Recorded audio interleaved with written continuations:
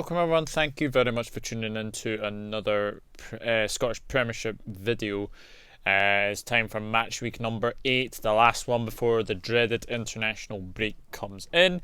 And let's have a quick look at how everyone did in match week number 7. I only got 2 points, no perfect scores. Funnily enough, I actually had the Hibs score absolutely spot on until I changed it at the very last minute and I said 1-1. So that go with your gut. That's the thing I can advise people is go with your gut.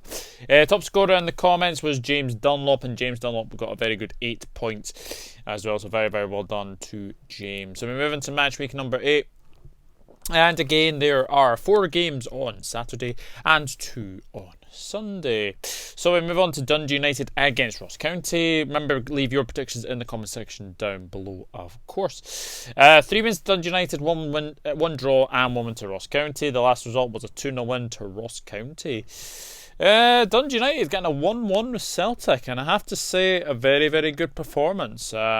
Celtic were missing a lot of players, I think 10 players injured or something like that.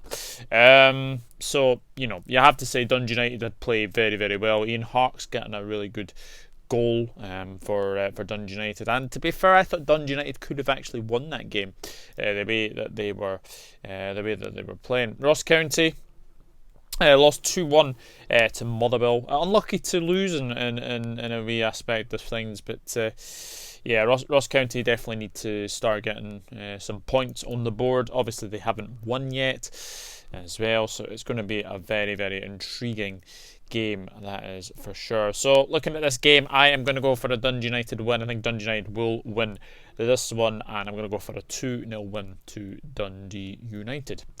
And now we have Hearts against Motherwell, a top of the table clash this one, which is very interesting. 3 wins to Motherwell, 1 win to Hearts and 1 draw. The last result was a 1-1 draw between the sides. Hearts have managed to get a 3-0 win over Livingston, and to be fair, it was a pretty comfortable victory for Hearts in that one.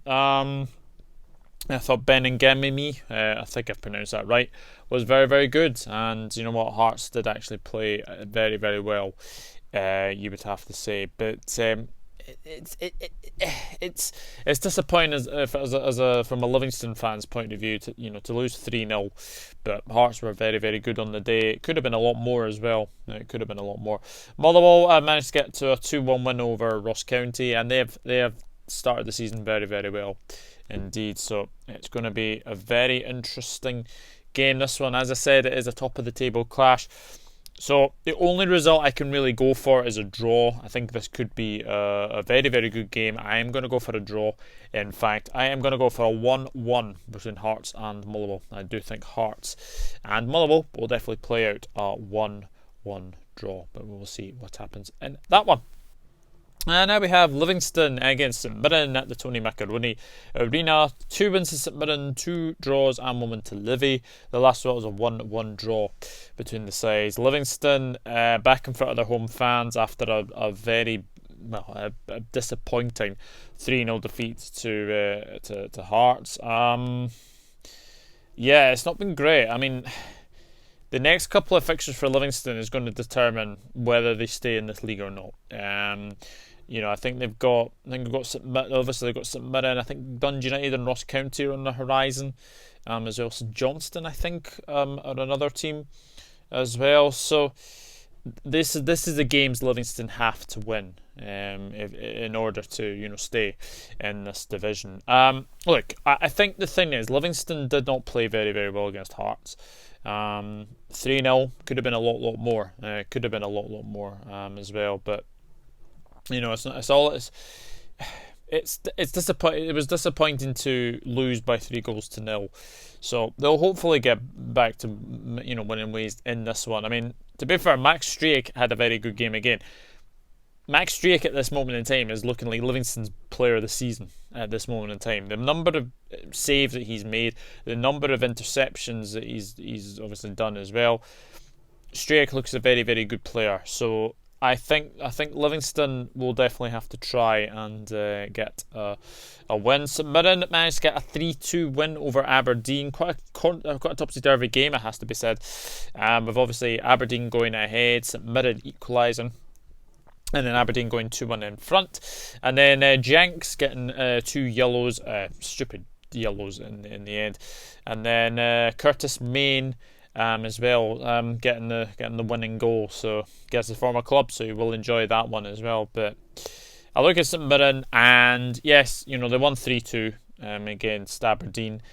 I did feel Aberdeen were probably in the game. They were probably dominating proceedings even before the red card had happened. So looking at this game, I think Livingston can go and get a victory and hopefully kick-start their season. So I'm going to go Livingston 1, St Mirren 0.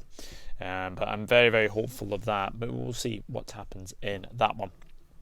And now we have a Tayside derby between St Johnstone and Dundee. 5 wins to the Saints in the last 5 meetings. The last result was a 2-0 win to St Johnstone. St Johnstone, again, another team that went down to 10 men. Jamie McCart getting 2 silly yellows, it has to be said. But, I think you have to say it wasn't a penalty. I think they were very, very lucky that Hibs got that penalty. But St Johnstone back in front of their home fans, you would expect them to probably bounce back. Dundee, 1-0 defeat to Rangers. I mean, Jason Cummings missed a penalty as well. And then obviously you've got Lee Griffiths has now been charged as well for his act and kicking a flare back into the St Johnstone crowd. So yeah, look, I think it's one of those things really. And if I'm being honest, I can't really see anything other than a St Johnstone win. I think Dundee, international break's definitely coming at the right time for Dundee. They can go back and regroup, and James McPake can hopefully get his team firing on all cylinders again. But this game, I'm going to go for a 2-0 win to St Johnstone. I think St Johnstone will win this one, and I think it'll be a tough afternoon for Dundee. And now we move into the Sunday games, and we move into Aberdeen against Celtic. 3 wins to Celtic, 2 draws in the last 5 meetings. The last result was a 1-1 draw between the sides. Aberdeen, a 3-2 defeat. That's no wins in 8 now for Aberdeen, which is a big concern, you'd have to say. Look, Stephen Glass is a good manager, but is he an Aberdeen manager? That's the thing. I just don't see it. I don't see where he's going to come from and as an Aberdeen manager, in all honesty. I mean, look, Christian Ramirez scored a very, very good header. But Aberdeen, I mean, Scott Brown got the other goal. He didn't know much about it. It did come off his back and went into the back of the net. But Aberdeen, after the red card, just capitulated, and that's a worry. That is a big worry for Aberdeen. Is that they have got Celtic coming up as well. But then again, Celtic are definitely in Europa League action against Bayer Leverkusen, and if I'm being totally honest, I don't expect Celtic to get anything from Leverkusen. And they're in a tough group as it is as well, so I think they can just sort of bin off the Europa League campaign for this season, in all honesty. I honestly don't see them doing well in the Europa League.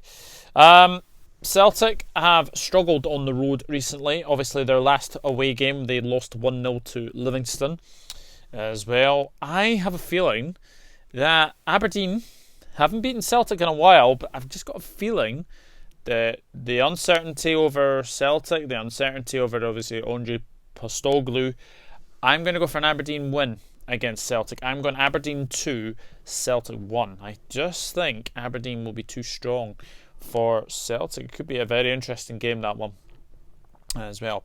And now we have a top of the table clash yet again. We have Rangers against Hibernian. Obviously these two will be meeting in the Scottish League Cup semi-final at Hampden Park as well. 4 wins to Rangers and 1 draw. The last result was a 2-1 win to Rangers.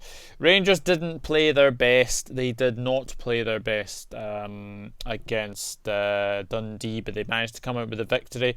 Kemar Roof getting the only goal as well, so a very, very good finish from sorry, it was Joe Aribo, actually. It was Joe Aribo that got that goal for Rangers. But Rangers, they won again, 1-0 against Dundee, and they are grinding out games, which is is what champions do best.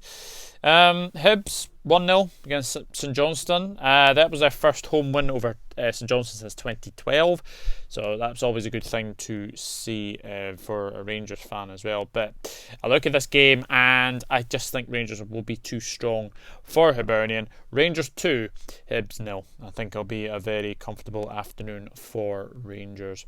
So that's it. That is match week number 8 done and dusted. As I've said, leave your predictions in the comment section down below, and like James Dunlop, you will get a shout out in the next video. So Dundee United 2, Ross County 0.